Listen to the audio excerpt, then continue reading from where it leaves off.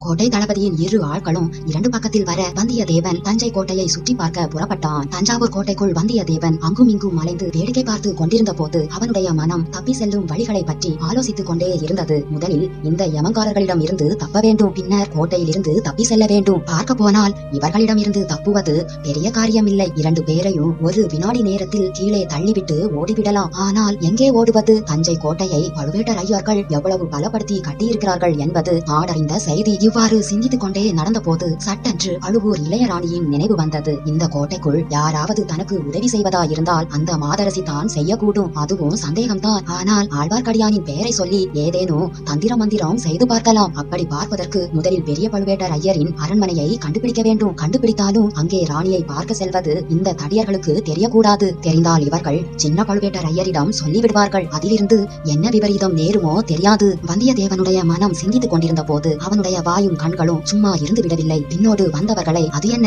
இது என்ன, அது யார் அரண்மனை, இது யார் மாளிகை, இது என்ன கட்டடம், அது என்ன கோபுரம் என்றெல்லாம் அவன் வாய் கேட்டுக்கொண்டே இருந்தது. அவனுடைய காதுகள் இது பெரிய பழுவேட்டரையர் அரண்மனை அல்லது பழுவூர் இளையராணி அரண்மனை என்ற மறுமொழி வருகிறதா என்று கூர்ந்து கவனித்துக் கொண்டே இருந்தன. குறுக்கு வீதியில் ஒரு திருப்பத்துக்கு வந்ததும் பிரதான வீதி வழியாக ஒரு பெரிய கும்பல் ஜெயகோஷ முழக்கங்களுடன் போய்கொண்டிருந்ததை பார்த்து அந்த கும்பலில் சென்றவர்கள் வேளக்கார படையினர் என்பதை வந்தியத்தேவன் தெரிந்து கொண்டான். வழக்கம் போல் மகாராஜாவை தரிசனம் செய்துவிட்டு அவர்கள் கோட்டையை விட்டு வெளியேறுகிறார்கள் போலிருக்கிறது. இந்த கூட்டத்தில் தானும் கலந்துவிட்டால் ஆகா, தப்புவதற்கு இதை காட்டிலும் சிறந்த வழி வேறு என்ன? கடவுளே பார்த்து காட்டியிருக்கும் இந்த வழியை உபயோகித்துக் கொள்ளாவிட்டால் தன்னை போன்ற மூடன் வேறு யாரும் இல்லை என்று எண்ணிக்கொண்டு வழக்கம் போல் பின்னோடு வந்தவர்களை பார்த்து இது என்ன கூட்டம் என்று வந்தியத்தேவன் கேட்டான். வேளக்கார படை என்று சொன்னதும் அந்த படையை பற்றிய விவரங்களை கேட்கலானான். அத்தகைய வீர படையில் தானும் சேர்ந்துவிட விரும்புவதாகவும் ஆகையால் நெருங்கி பார்க்க வேண்டும் என்றும் சொன்னான். இப்படியெல்லாம் பேசிக்கொண்டே வேளக்கார படையை அணுகினான். சிறிது நேரத்தில் முன்னால் தாரை தப்பட்டை முழங்குகிறவர்களை பார்க்க வேண்டும் என்று சொல்லிக் கொண்டே வேளக்கார படை கூட்டத்தில்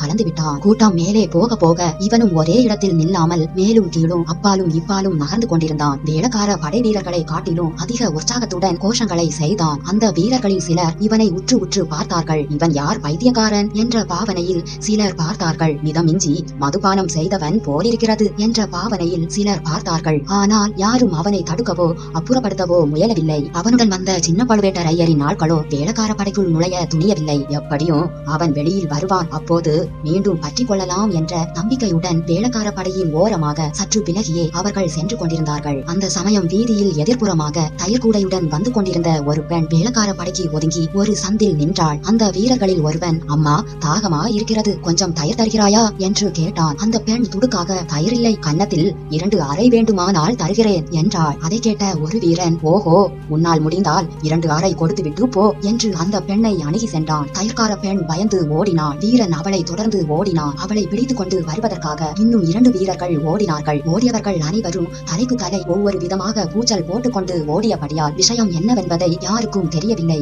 ஏதோ தமாஷ் என்று மட்டும் எல்லோரும் எண்ணினார்கள். இதையெல்லாம் பார்த்து கொண்டிருந்த வல்லவரையன் ஓடு பிடி என்று கூவிக்கொண்டே தயிர்கார பெண்ணை துரத்தி ஓடியவர்களை தொடர்ந்து தானும் ஓடினான். அந்த பெண் சற்று தூரம் ஓடி ஒரு குறுகிய சந்தில் திரும்பினாள். பின்தொடர்ந்து ஓடியவர்கள் அங்கே போய் பார்த்தபோது தயிர்கார பெண்ணை காணவில்லை. துரத்தி வந்த வீரர்களும் அவளை பற்றி கவலைப்படவில்லை, திரும்பிவிட்டார்கள். வந்தியத்தேவன் மட்டும் திரும்பவில்லை. அந்த பெண் புகுந்து சென்ற சந்து வழியாகவே மேலும் ஓடினான். இன்னும் 2-3 சந்துகள் புகுந்து திரும்பிய பிறகே ஓட்டத்தை நிறுத்தி மெதுவாக நடக்கலானான். வந்தியத்தேவன் புகுந்து சென்ற சந்துகளில் ஏற்கனவே இருள் சூழ்ந்துவிட்டது. இருபுறமும் சில இடங்களில் மதில் சுவரா இருந்தது, சில இடங்களில் செடி கொடிகள் அடர்ந்த வேலியா இருந்தது. வந்தியத்தேவன் எங்கும் நிற்காமல் போய்கொண்டே இருந்தான். திசையை பற்றி அவன் கவலைப்படவில்லை. பெரிய வீதிகளில் புகாமல் சந்து பொந்துகளின் வழியாக புகுந்து போனால் எப்படியும் கோட்டை வெளி சுவரை அடைந்தே தீர வேண்டும். கோட்டை சுவரை அடைந்த பிறகு என்ன செய்வது என்பதை பற்றி பிறகு தீர்மானித்துக் கொள்ளலாம். சற்று நேரத்துக்கெல்லாம் நன்றாக இருட்டிவிட்டது. அவன் சென்ற பாதை கடைசியில் ஒரு மதில் சுவரில் வந்து முடிந்தது. இருட்டில் நடந்து வந்த வந்தியத்தேவன் அந்த சுவரின் மீது லேசாக மோதிக்கொண்டான். சுவர் என்று மட்டும் தெரிந்தது. அது என்ன சுவர், எவ்வளவு உயரமான சுவர் என்பது ஒன்றும் தெரியவில்லை. அநேகமாக அது கோட்டை மதில் சுவராகவே இருக்கலாம். அப்படியானால் இங்கேயே உட்கார்ந்து விடுவதுதான் சரி. சிறிது நேரத்துக்கெல்லாம் சந்திரன் உதயமாகும், அப்போது பார்த்து தெரிந்து கொள்ளலாம். அதுவரை ஒளிந்திருப்பதற்கு இதை காட்டிலும் நல்ல இடம் இருக்க முடியாது. சின்ன பழுவேட்டரையரின் ஆட்கள் திரும்பி போய் சொல்லியிருப்பார்கள். கோட்டை தளபதி தன்னுடைய ஆட்களை நாலாபுறமும் ஏவியிருப்பார். ஒருவேளை வேளக்கார படையுடன் தான் வெளியேறியிருக்கலாம் என்றும் சந்தேகித்திருப்பார். கோட்டைக்கு உள்ளேயும் வெளியேயும் தன்னை தேடிக் கொண்டிருப்பார்கள். தேடட்டும் தேடட்டும், நன்றாக தேடட்டும். அவர்களை எல்லாம் ஏமாற்றிவிட்டு நான் இந்த கோட்டையை விட்டு தப்பித்து செல்லாவிட்டால் நான் வானர் குலத்தவன் அல்ல. என் பெயர் வந்தியத்தேவனும் அல்ல. ஆனால் சந்திரன் உதயமாகி நிலா அடி தப்பிக்க தொடங்கிவிட்டால் பழுவேட்டரையர் ஆட்களுக்கும் வசதியாக போய்விடும். தன்னை தேடி இங்கே வந்தாலும் வந்து விடுவார்கள். வந்தால் வரட்டும், தாராளமாய் வரட்டும். இந்த அடர்ந்த தோப்புக்குள் ஒளிந்து கொண்டால் யார் தான் தேடி கண்டுபிடிக்க முடியும்? இவ்வாறு எண்ணிக்கொண்டே சுவரின் மீது சாய்ந்து கொண்டு வந்தியத்தேவன் உட்கார்ந்தான். பகலெல்லாம் அலைந்து களைத்திருந்தபடியால் கண்ணை சுழட்டி கொண்டு தூக்கம் வந்தது. சிறிது நேரத்திற்கு பிறகு ஒரு மங்கையின் குரல் கேட்டு வந்தியத்தேவன் திடுக்கிட்டு கண் விழித்தான். அடர்ந்த மரக்கிளைகளின் வழியாக நிலா வெளிச்சம் சுற்றுப்புற காட்சிகளை அரைக்குறையாக அவனுக்கு காட்டியது. தனது நிலை என்னவென்பதை வந்தியத்தேவன் ஞாபகப்படுத்தி கொண்டான். சுவரில் சாய்ந்தபடி தான் தூங்கிவிட்டது அவனுக்கு வியப்பை அளித்தது. என்ன ஐயா, சுவரில் சாய்ந்தபடி தூங்கிவிட்டாயா? எத்தனை தடவை கூப்பிடுகிறது, இன்னும் தூக்கம் கலையவில்லை போலிருக்கிறதே. இதோ ஏணியை வைக்கிறேன், ஜாக்கிரதையாக ஏறிவா, கீழே விழுந்து தொலைக்காதே. இப்படி சொல்லிக் கொண்டே ஒரு பெண் சுவரின் உள்புறத்தில் இருந்து மெல்லிய மூங்கினால் ஆன ஏணி ஒன்றை எடுத்து வெளிப்புறத்தில் சுவர் ஓரமாக வைத்தாள். வந்தியத்தேவனுக்கு ஒன்றும் விளங்கவில்லை. ஆனாலும் இப்படிப்பட்ட அரிய சந்தர்ப்பத்தை, தன்னை தேடி வரும் சந்தர்ப்பத்தை விட்டுவிடலாமா? வருகிறது வரட்டும், இப்போது இந்த ஏணியில் ஏறலாம். சுவரின் உச்சியை அடைந்த பிறகு மற்ற விவரங்களை கேட்டு தெரிந்து கொள்ளலாம். ஏணியில் 3/4 பங்கு அவன் ஏறிய போது அந்த பெண் மறுபடியும், நல்ல தாமதக்காரன் நீ, அங்கே இளையராணியம்மாள் காத்து கொண்டிருக்கிறாள், இங்கே நீ மதில் சுவரில் சாய்ந்து தூங்கிக் கொண்டிருக்கிறாய் என்றாள். இளையராணி என்றால் பழுவூர் இளையராணியாகத்தான் இருக்கும். நான் இங்கே வந்து உட்கார்ந்தது அவளுக்கு எப்படி தெரிந்தது? மாயமந்திரம் ஏதோ அவள் அறிந்திருக்க வேண்டும். ஒருவேளை வேறு எவனுக்காகவோ வைத்த ஏணியில் நான் ஏறிவிட்டேனோ? எப்படி இருந்தாலும் இருக்கட்டும், முன் வைத்த காலை பின் வைக்க முடியாது. எல்லாம் சற்று நேரத்தில் தெரிந்து போய்விடுகிறது. சுவரின் உச்சி அருகில் வந்ததும் அவனுடைய கையை பிடித்து அந்த பெண் தூக்கிவிட்டாள். ஏன் விழித்துக் கொண்டு சுவர் மேலேயே உட்கார்ந்திருக்கிறாய்? ஏணியை எடுத்து உள்ளே இறக்கிவிட்டு சீக்கிரம் குதி என்று சொல்லிக் கொண்டே அந்த பெண் சரசரவென்று மரக்கிளையில் இருந்து கீழே இறங்கினாள். வந்தியத்தேவன் அவள் கூறியவாறே செய்தான். அவன் இறங்கிய இடம் ஒரு பெரிய தோட்டம் என்று தெரிந்தது. சற்று தூரத்தில் பெரிய அரண்மனையின் கோபுரங்களும் சிகரங்களும் மங்கிய நிலா வெளிச்சத்தில் தெரிந்தன. அது யாருடைய அரண்மனை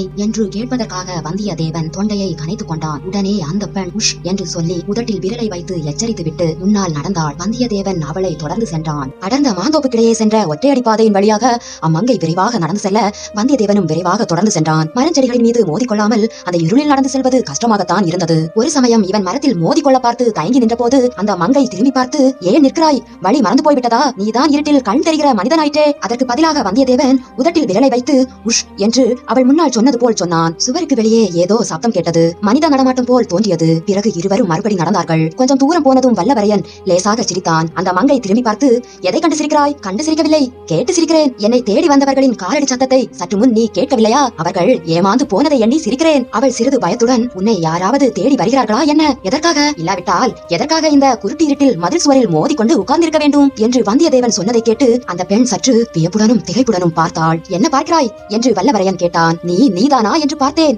நான் இல்லாவிட்டால் வேறு யாரா இருப்பேன்? போன தடவை நீ வந்திருந்த போது பெரிய மீசை வைத்திருந்தாயே. நல்ல கேள்வி கேட்கிறாய். என்னை போல் சுவர் ஏறி குதித்து வருகிறவன் அடிக்கடி வேடத்தை மாற்றிக் கொள்ளாவிட்டால் எப்படி? இன்றைக்கு இளமையாய் தோன்றுகிறாயே. உற்சாகம் இருக்கும் போது இளமை தானே வருகிறது. அப்படி உனக்கு என்ன உற்சாகம் வந்தது? உங்கள் மகாராணியின் தயவு இருக்கும் போது உற்சாகத்துக்கு என்ன குறைவு? பரிகாசம் செய்ய வேண்டாம். இன்றைக்கு எங்கள் எஜமானி இளையராணி தான். ஒரு நாள் நிச்சயமாக மகாராணி ஆவார்கள். அதைத்தான் நானும் சொல்கிறேன். இதுதானா சொல்வாய்? உன்னுடைய மந்திர சக்தியினால் தான் மகாராணி ஆனார்கள் என்று கூட சொல்வாய். பாதி ராஜ்யத்தை கொடு என்று கேட்டாலும் கேட்பாய். வந்தியத்தேவன் அறிய விரும்பியதை ஒருவாறு அறிந்து கொண்டான். பிறகு அவன் ஒன்றும் பேசவில்லை. தீவிரமாக யோசித்துக் கொண்டே நடந்தான். நாம் சந்திக்க போகிறது யாரை? பழுவூர் இளையராணியா இருக்கலாம், அல்லது மதுராந்தக தேவரை மணந்து கொண்ட சின்ன பழுவேட்டரையரின் மகளா இருக்கலாம். தன்னை மந்திரவாதி என்று எண்ணி இந்த பெண் அழைத்துக் கொண்டு போகிறாள். அந்த இளையராணி யாரா இருந்தாலும் அவளை சந்திக்கும் போது எப்படி நடந்து கொள்வது? இதுவரையில் எந்த நெருக்கடியிலும் நாம் தோல்வி அடைந்ததே கிடையாது. அதிலும் பெண் பிள்ளை ஒருத்தியிடமா தோல்வி அடைய போகிறோம்? ஒரு பெரிய மாளிகையை அவர்கள் நெருங்கி சென்றார்கள். ஆனால் மாளிகையின் முன்வாசலை நோக்கி செல்லவில்லை, பின்புற வாசலையும் நெருங்கவில்லை. மாளிகையின் ஒரு பக்கத்தில் தோட்டத்துக்குள் இருந்த லதா மண்டபத்தை நெருங்கினார்கள். இன்னும் அருகில் நெருங்கிய போது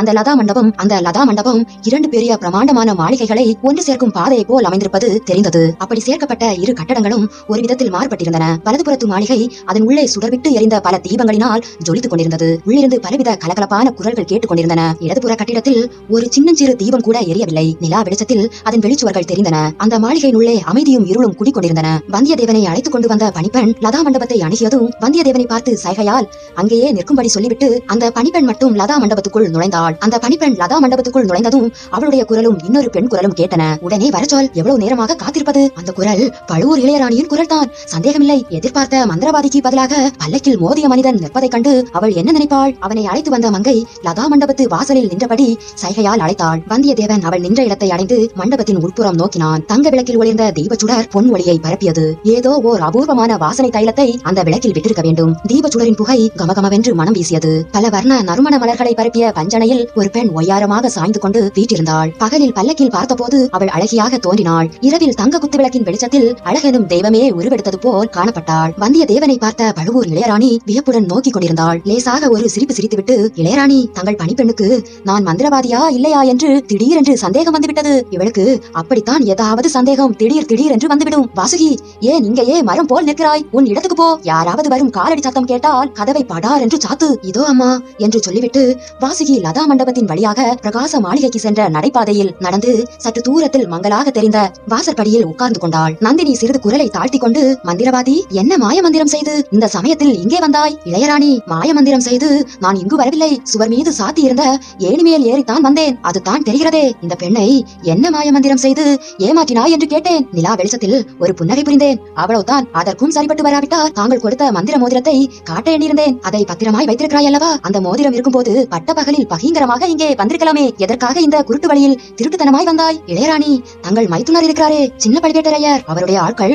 சுத்த திருடர்கள். முதலில் என்னுடைய உடைகளையும் உடைமைகளையும் திருட பார்த்தார்கள். பிறகு என்னை பின்தொடர்ந்து ஒரு கணம் கூட பிரியாமல் வந்து கொண்டிருந்தார்கள். அவர்களிடமிருந்து பிரியப்பட்ட பாடு பெரும் பாடாக போய்விட்டது. பிரிந்த பிறகு சந்து பொந்துகளில் புகுந்து தங்களுடைய மாளிகை மதில் சுவரை சுற்றி சுற்றி வந்து கொண்டிருந்தேன். அந்த சமயத்தில் சுவர் மேல் வைத்த ஏணியை பார்த்ததும் தாங்கள் தான் இந்த ஏழையை நினைவு கூர்ந்து இந்த ஏற்பாடு செய்திருக்கிறீர்கள் என்று எண்ணிவிட்டேன். அது தவறு என்று தெரிந்து கொண்டேன். மன்னிக்க வேண்டும். மன்னிப்பதற்கு அவசியம் ஒன்றும் ஏற்படவில்லையே. உனக்கு பூர்வ ஜன்ம வாசனையில் நம்பிக்கை உண்டா? உன்னை நேற்று காலையில் பார்த்தது முதல் உன்னுடைய ஞாபகமாகவே இருந்தது. நீ ஏன் இன்னும் என்னை பார்க்க வரவில்லை என்று தெரிந்து கொள்ள விரும்பினேன். அதற்காகவே தான் நான் மந்திரவாதியை கூப்பிட்டு அனுப்பினேன். இளையராணி, மிக்க ஆச்சரியமாய் இருக்கிறது. ஏதோ ஆழ்வார்க்கடியார் நம்பி என்பவர் செய்தி சொல்லி அனுப்பியதாக சொன்னாயே. ஆழ்வார்க்கடியாரை நீ எங்கே பார்த்தாய்? என்ன செய்தி சொல்லி அனுப்பினார்? வீரநாராயணபுரத்துக்கு அருகில் ஆழ்வார்க்கடியார் நம்பியை சந்தித்தேன். அவர் தம் கைத்தடியின் சக்தியை கொண்டு விஷ்ணு தான் பெரிய தெய்வம் என்று மெய்ப்பிக்க முயன்றார். அச்சமயத்தில் பெரிய பழுவேட்டரையரின் பரிவாரங்கள் வந்தன. அவரை தொடர்ந்து தங்கள் பல்லக்கும் வந்தது. அங்கே என்ன ரகளை என்று பார்ப்பதற்காகவோ என்னவோ தங்களுடைய பொற்கரம் பல்லக்கின் திரையை விலக்கியது. அப்போது தான் தாங்கள் என்று தெரிந்து கொண்டு ஆழ்வார்க்கடியார் தங்களுக்கு ஒரு செய்தி அனுப்ப விரும்பினார். நானும் அன்றிரவு கடம்பூர் சம்புவரையர் மாளிகையில் தங்கியபடியால் என்னிடம் செய்தி சொல்லி அனுப்பினார். ஆனால் கடம்பூரில் தங்களை நான் பார்க்க முடியவில்லை. தஞ்சாவூர் கோட்டைக்கருகில் சாலையில் தான் சந்திக்க முடிந்தது. இவ்விதம் வந்தியத்தேவன் சொல்லி வந்தபோது நந்தினி மேலே அண்ணாந்து பார்த்துக் கொண்டிருந்தாள். ஆகையால் அவளுடைய முகபாவனையிலிருந்து ஒன்றும் கண்டுபிடிக்க முடியவில்லை. கடைசியில் வந்தியத்தேவன் சொன்னதை கேட்டதும் அவனை திரும்பி பார்த்து ஒரு மோகன புன்னகை புரிந்தாள்.